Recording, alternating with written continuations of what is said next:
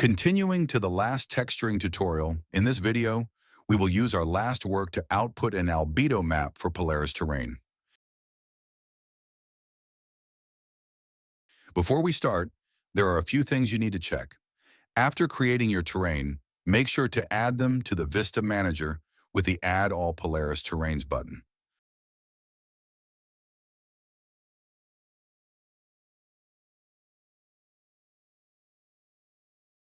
Your terrains should use the Color Map Shader variant.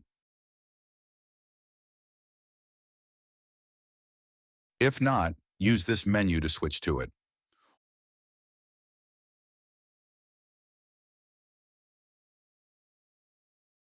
Also set a reasonable value for the albedo map resolution.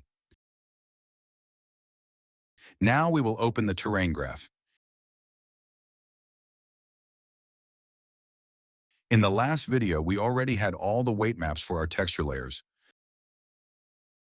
But instead of wiring them through a weight blend node, this time we will use a color blend node. Select the color blend node and pick your color for each layer.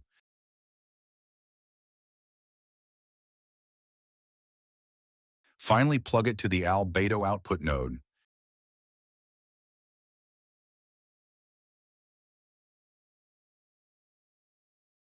And that's how you do it.